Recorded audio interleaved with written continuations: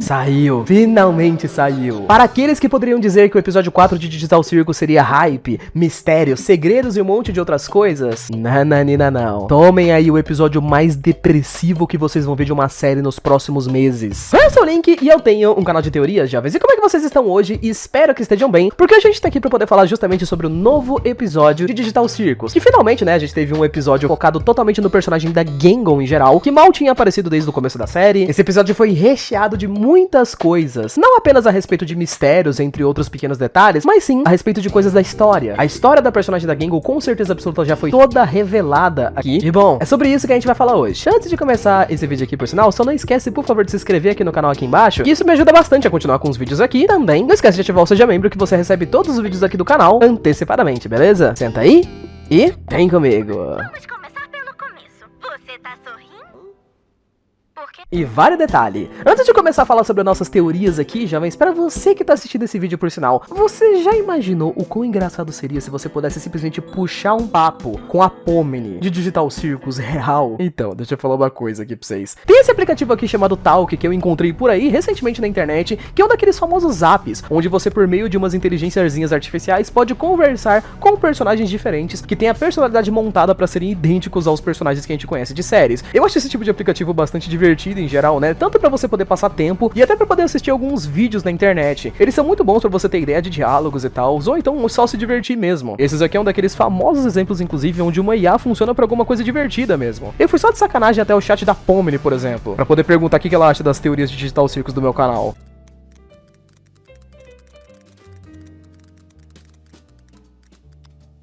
Oi, bem, eu acho que a teoria é plausível, mas eu só acho que é apenas uma teoria. Eu simplesmente adoro a vozinha de inteligência artificial que não sabe falar os sinais em português. Também fui falar com o Jax a respeito. Por que você está falando em português? Hey, não me chame de burro. Eu falo inglês e português, mas você está falando demais em português. Talvez você devesse falar mais em inglês. Aparentemente minhas teorias não são muito admiradas em outros lugares. Ah, lembrando que você também pode criar o seu próprio personagem ali na tela, que é bastante interessante. Fora que é de graça, então não esquece de baixar ele aqui embaixo na descrição do vídeo se você tiver interesse, ou no comentário fixado. Enfim, agora sim, vamos continuar.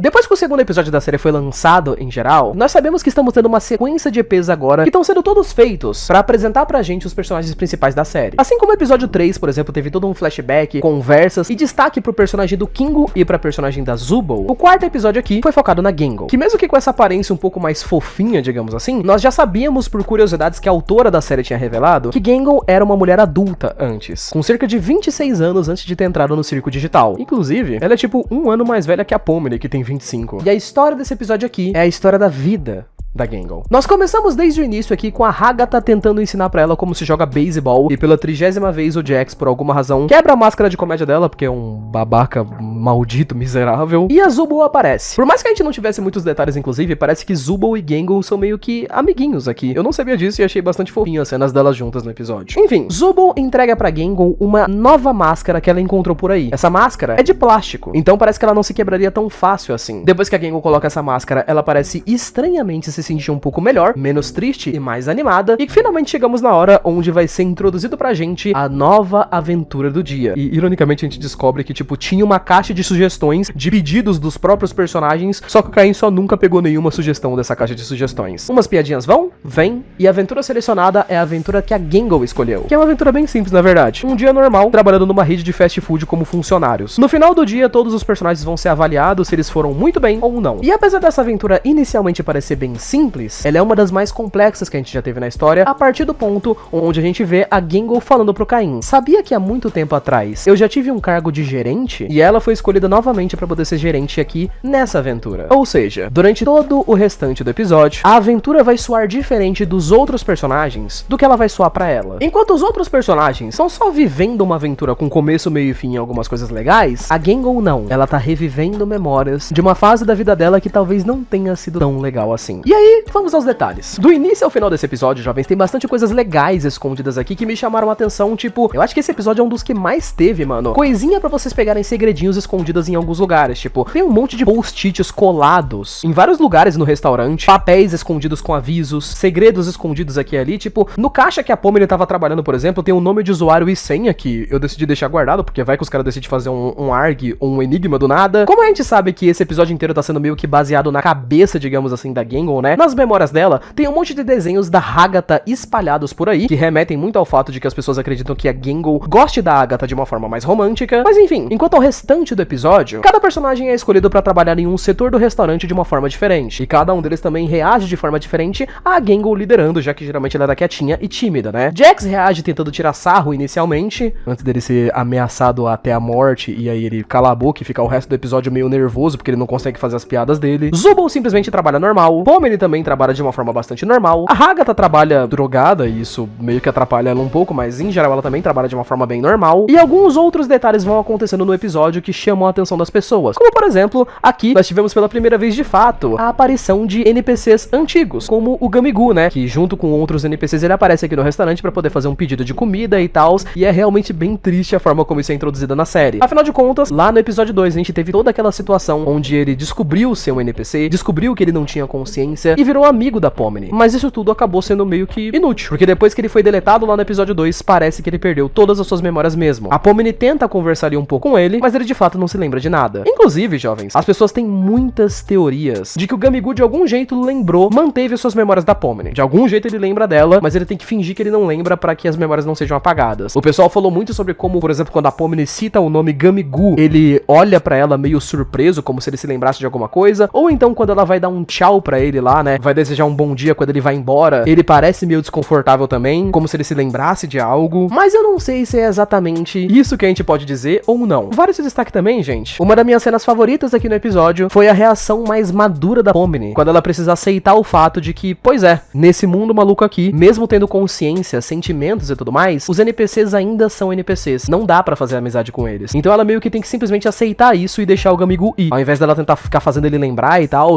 E como muitas pessoas achavam, inclusive eu, que a Pomini ia ter um surto de alguma coisa, não, ela só deixa o Gamigu ir e ele vai numa boa. Ela foi bastante adulta e coerente aqui, isso foi bem legal. E agora sim, né, vamos entrar no tema principal desse vídeo aqui, teorias e principalmente a Gengo. O que acontece aqui, jovens, é que viemos a descobrir nesse episódio que desde o início, a Gengo, ela usa máscaras por uma razão bastante pesada, porque o personagem e o visual dela é toda uma alegoria muito forte à depressão e talvez bipolaridade. A gente poderia dizer bipolaridade, por exemplo, porque logo quando ela começa a ficar doidinha das ideias no começo do episódio, ela fala inclusive que ela está tendo um episódio de mania. Quem manja, manja. E no restante da série, se vocês se lembrarem bem, ironicamente eu nunca tinha parado pra perceber isso, cara, mas a máscara de comédia da Gengo sempre quebra em todos os episódios. No entanto, a máscara de tristeza que ela usa nunca quebra. Muitas pessoas disseram que talvez a máscara de comédia dela seja como se fosse uma pequena alegoria a antidepressivo, sabe? Que consegue deixar uma pessoa feliz por algum tempo, mas depois esse efeito acaba passando. Ou então, que a máscara de comédia fosse simplesmente uma forma metafórica de dizer que ela esconde os seus sentimentos verdadeiros das outras pessoas. Ela tenta parecer sempre feliz, mesmo que ela não esteja. E aqui, a gente consegue entender um pouco, talvez, da razão pela qual ela tá sempre triste. Esse episódio tem uma sutileza de detalhes, gente, simplesmente impressionante. Em um certo momento, enquanto a Gengo tá fazendo um treinamento com Jax, ela fala sobre como talvez você não queira fazer carreira em um restaurante fast food. Você não quer ser um quadrinista fazendo desenhos no estilo de mangá, meio japonês, e fazer sucesso com isso, realizando seus sonhos? A Gengo chega a citar um outro momento do episódio sobre sonhos, que deixa muito claro pra gente que mesmo que ela não perceba, ela tá falando sobre ela mesma. Muito que provavelmente ela era essa pessoa que quando era mais nova, tinha o sonho de desenhar quadrinhos no estilo de mangá japonês. Tanto é que em todos os episódios, se vocês forem olhar, a gente tem pelo menos uma ceninha onde a gente vê ela desenhando alguma coisa. Mas ela não conseguiu, então acabou tendo que entrar pra um ramo de fast food. Entrando nesse ramo, ela se esforça o máximo que ela consegue, porque ela é uma pessoa esforçada e talentosa, e se torna gerente daquele local. Porém, desenvolvendo vários problemas ao longo do caminho. Estresse acumulado, problemas de personalidade e problemas sentimentais. Lidar com várias outras pessoas de uma vez em uma equipe é um trabalho extremamente exaustivo. Inclusive, se vocês derem uma olhada nos comentários que a gente teve lá no episódio Digital Circus, lá no episódio, vocês vão ver que teve muitas pessoas que se identificaram muito com a Gengo. O fato dela ter tido picos de estresse muito altos no episódio, ter que lidar com pessoas da equipe que não gostavam dela e ter que lidar com inseguranças em geral. Se vocês forem parar pra pensar, o comportamento da Gengo nesse episódio mostra bastante que ela já sabia como lidar com a equipe. Tipo, a forma como, por exemplo, ela pega no pé de cada um dos funcionários. Tipo, ela não interfere com o Zubul porque o Zubul tá trabalhando normal. Ela fala mais tranquila com a Hagatha, ao mesmo tempo que ela pega no pé da Pomni sendo um pouco mais ameaçadora, porque a Pomni obedece de boa. Com o Jax, por exemplo, ela nem ameaça. Ela já parte pra punição, como ligar pro Caim, ou então jogar o Jax pra um treinamento, porque ela sabe que ele não vai obedecer. Isso são coisas que mostram que com certeza absoluta ela já tem a manha como gerente. Mas a que preço, né? Em alguns momentos da história, nesse episódio aqui, vemos que a Gengo, ela vai tendo umas certas quebras de personalidade, principalmente quando ela percebe que algumas pessoas não gostam, não da forma como ela gerencia, mas dela. Quando a Pomni, por exemplo, não obedece ela em um momento, ela puxa que é como se a autoridade dela não fosse verdade, e a gente consegue ouvir a máscarazinha de comédia dela rachando um pouco. Quando o Jax fala que acha mais legal quando ela tá triste do que quando ela tá tentando ser líder, a máscara dela racha mais um pouco. Quando a Hagatha fala que acha que é mais responsável que ela, e que ela como líder é meio chatona, a máscara dela também racha um pouco. A gente consegue ver os olhos da máscara feliz, né, que ela tá usando nesse episódio, aos poucos conseguindo tremedeiras nos olhos, que são um sinal de muito estresse. Aos poucos, umas olheiras começam a aparecer no rosto dela também. Perto do final do episódio, a gente tem cenas que só quem já trabalhou, mano, e teve picos de estresse, consegue identificar. Que é especificamente aquele momento em que a Gengo tá só ali, parada.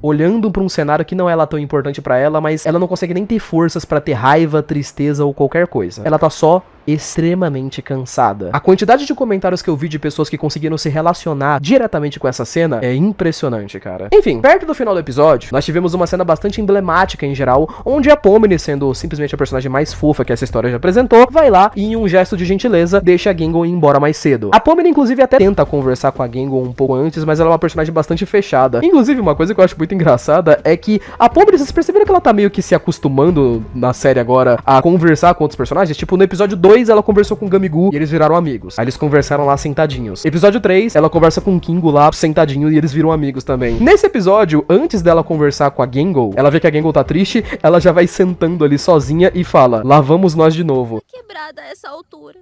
Ai, lá vamos nós de novo. A menina já tava se acostumando com o padrão dela de fazer amizades ouvindo sobre os problemas das pessoas. Só que infelizmente acabou não funcionando, por sinal. A Gengo é uma pessoa mais fechada que não se convence só com palavras. Então mesmo que ela tenha se aberto um pouco com a Pomni, ela em seguida já se fecha de novo e a Pomni não consegue fazer nada. Então o máximo que ela consegue é um gesto de gentileza pra deixar a Gengo ir embora mais cedo. E quando ela vai embora mais cedo, a gente tem aquela cena dela ficando finalmente feliz de verdade, tirando aquela máscara, como que se ela meio que se libertasse, né? Pudesse finalmente parar de fingir e voltasse a ser ela mesma, e a gente descobre que a máscara de tristeza consegue sorrir também. Então, de verdade, aqueles são os sentimentos verdadeiros dela. Em tese, a gente poderia dizer que aquele foi o primeiro sorriso genuíno da Gengo em toda a série. Bem emblemático.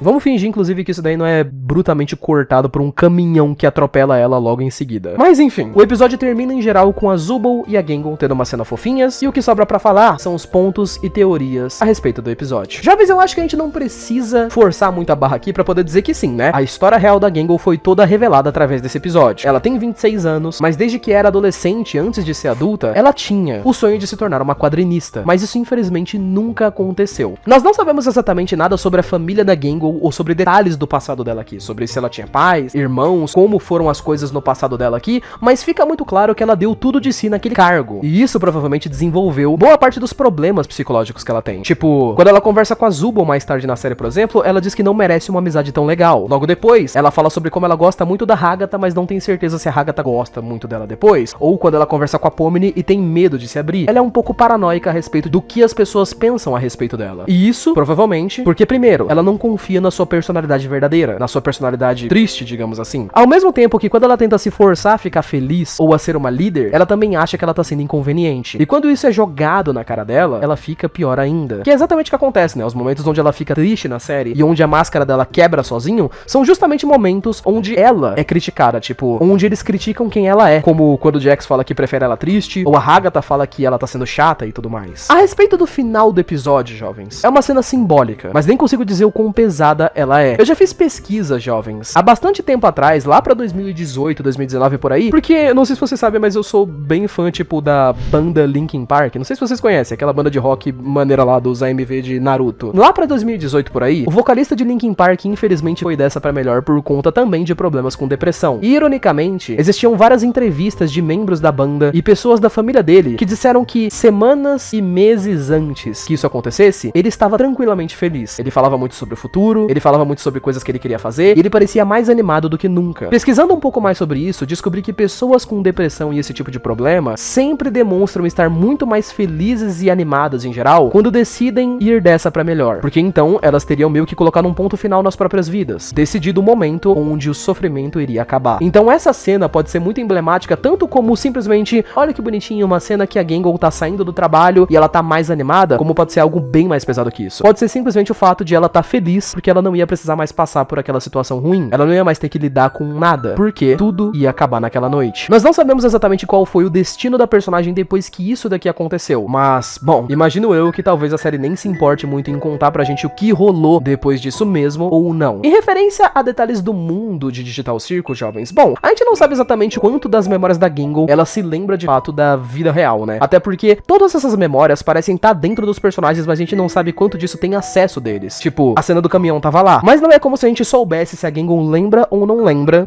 de ter se jogado na frente do caminhão. Não dá pra saber. Quanto a outros personagens que também apareceram aqui no episódio, temos muitos detalhes muito específicos aqui também, como o detalhe da Hagatha, por exemplo. Desde o primeiro episódio, existe uma curiosidade que eu acho muito engraçada, por sinal, que é o fato de que a criadora confirmou na série, a Gangle, ela tem um travesseiro de corpo inteiro, sabe aqueles travesseiros de dormir abraçado e tal, que são um travesseiro meio sexy, etc. Ela tem um desses de um dos membros ali dos personagens principais. E todo mundo meio que já sabe que é da Hagatha. Provavelmente a Gangle gosta dela. Mas como foi dito pela própria Gangle nesse episódio, depois de um tempo que você conversa com a Hagatha, é difícil de saber se ela está sendo sincera ou não. E isso muito que provavelmente seja um gancho pro próximo episódio, né? Que vai ser um episódio todo focado no personagem da Hagatha e tal. A gente pode pensar que isso seja mais específico da própria Gangle, tendo problemas com personalidade, tendo problemas com falta de autoconfiança, ou talvez isso seja um detalhe da própria Hagatha mesmo. A gente sabe que desde o primeiro episódio, jovens, a Hagatha sempre tá só lá, felizinha, sendo uma pessoa legal. Mas, nesse episódio em específico, depois que ela toma aquele molho lá que deixa ela mais babaca,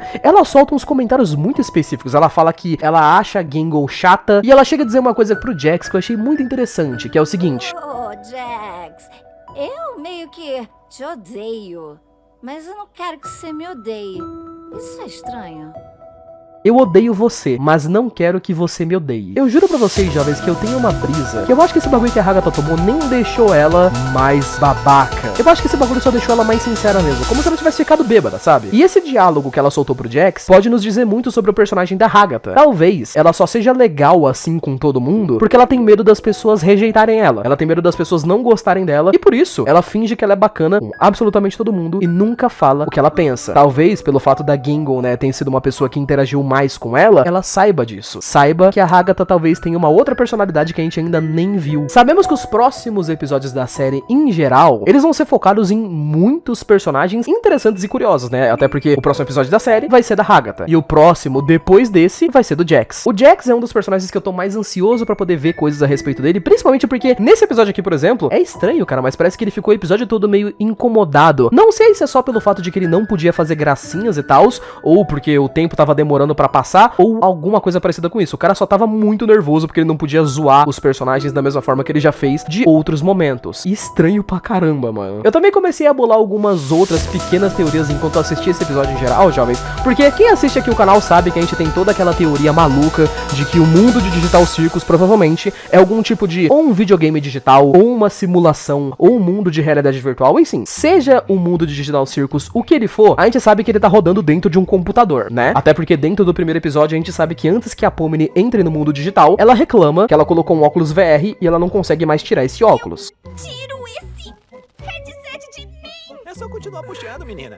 E a gente sabe que o final do primeiro episódio mostra o mundo de Digital Circus rodando justamente dentro do quê? Dentro de um computador que do lado tem um óculos de realidade virtual. Então, seja o que for o Digital Circus, ele é um mundo que tá rodando dentro de um PC. Desde o primeiro episódio, a gente tem essa coisa de teoria de que os personagens que a gente tem aqui na série, eles sejam pessoas que trabalhavam numa mesma empresa. Tipo, por exemplo, a gente pode supor que a Zubul, vamos supor. A Zubul tem uma confirmação aí que a autora fez em algum tempo atrás, de que em algum momento da vida dela, ela foi tatuadora. A Gengo, a gente sabe que ela queria ser desenhista, por exemplo. Zubul e Gengo, as duas, são amigas aqui na série. Então seria muito divertido se, por exemplo, em algum momento, elas tivessem de fato sido amigas na equipe. E elas talvez tenham montado o design dos personagens juntas, né? Nunca se sabe. Ou então, podemos pensar ainda em outras coisas. Como, por exemplo, como eu disse pra vocês, o final do personagem da Gengo não é muito especificado. Nós não sabemos se, por exemplo, ela pode ter chegado a ser contratada por essa empresa, né? Pra poder trabalhar no projeto do Digital Circus, ou se ela simplesmente foi atropelada antes, só que não morreu. Imaginem que doideira seria, por exemplo, se todos esses personagens aqui, eles estivessem presos dentro do mundo do Digital Circus, porque eles fossem personagens à beira da morte. Tipo, a Gengo, por exemplo, fez tudo que ela fez. Passou por uma situação ruim, foi lá e tentou morrer sendo atropelada. Só que acabou que ela não foi atropelada. Ela talvez tenha entrado em coma, estado vegetativo, alguma coisa do tipo. Os caras pegaram, colocaram esse VR nela e pronto. Agora ela não se lembra de nada. Ela só sabe que ela tá ali, presa naquele mundo digital. E talvez, se em algum momento ela conseguir se lembrar daquilo, quem sabe ela não consiga sair do mundo digital e voltar a viver uma vida normal. Não sabemos exatamente. Poderia ser uma resposta, porque a gente sabe que todos os personagens ali da série de Digital Circus têm os seus próprios problemas. E o fato é que cada episódio que a gente tá tendo aqui, ele trata um detalhe sobre um personagem específico. Então, eu não diria que seria uma doideira.